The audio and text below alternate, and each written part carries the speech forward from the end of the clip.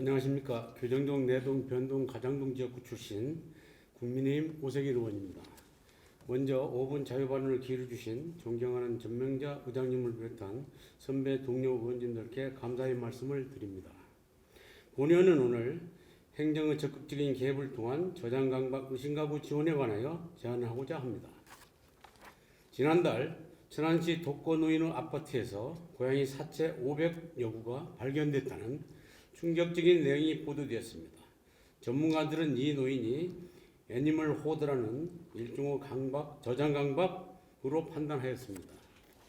국민건강보험공단의 건강보험 진단 데이터에 따르면 강박장애 환자는 2018년 28,490명에서 2022년 44,449명으로 4년 동안 40% 이상 증가하였으며 진료받지 않는 환자까지 포함하면 그 수는 더 늘어날 것입니다. 강박장애 환자의 증가 추세를 봤을 때 강박장애의 한 유형인 저장강박 환자 또한 늘어났을 것으로 추정됩니다. 이에 점점 늘어나는 저장강박 의심 가구에 대한 지원 근거 마련을 위해 전국 71개의 지자체에서는 저장강박 의심 가구 지원 조례를 운영 중입니다. 우리 서구는 2019년 저장강박 의심가구 지원에 관한 조례를 제정하여 동행정복지센터를 중심으로 저장강박 의심가구의 청소 및 방역 등의 지원을 꾸준히 해오고 있으며 올해는 관내 저장강박 의심가구 20가구 중 10가구에 대한 정비를 완료한 바 있습니다. 하지만 이러한 지원과 노력에도 불구하고 저장강박 증상은 수개월, 수년 후 재발하는 경우가 빈번합니다. 따라서 저장강박 의심 가구에 대한 지원은 일회성으로 집을 치워주는 것이 아니라 심리상담 치료를 위한 정신건강 전문 프로그램을 활용해 장기적인 치료와 재활에 도움을 줄 수 있어야 합니다.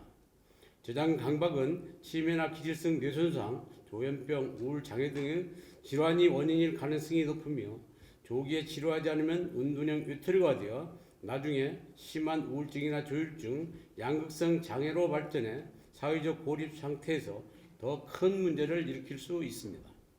이에 저장강박 의심가구가 발견되면 초기부터 전문가가 개입하여 본인과 보호자 그리고 주변 이웃에게 저장강박증을 질병으로 인식할 수 있도록 행정의 적극적인 개입을 통해 설득과 상담 후 과정을 거쳐 지속적이고 안정적인 치료와 재활을 할 수 있어야 합니다.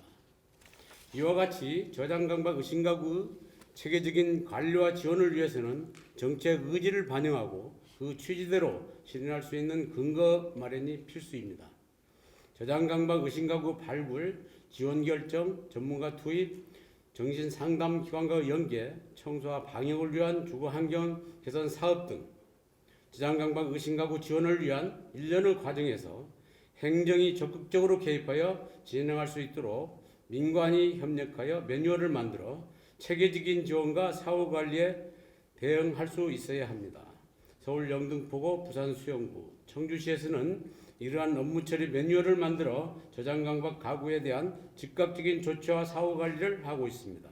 또한 주변에 아직 발견되지 않은 저장강박 의심가구, 주거공간이 아닌 차량이나 천막, 길가 등의 예상치 못한 곳에서 저장강박 증상으로 보이는 물건 적치 등 지자체의 손길이 닿지 않는 사각지대는 여전히 존재합니다.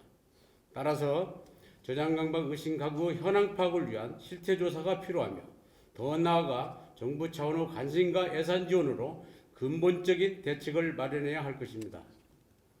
정신건강보건법 제4조에는 정신질환의 예방치료와 정신질환자의 재활을 위한 조치 및 정신건강 서비스 전달 체계 확립 등 지방자치단체의 책무를 규정하고 있으며 가족관계의 단절, 사회적 교류와 소통의 부재로 인해 고립된 주민의 저장강박 증상이 사회문제로 부각되면서 지자체의 역할과 책무의 중요성 또한 확대되고 있습니다.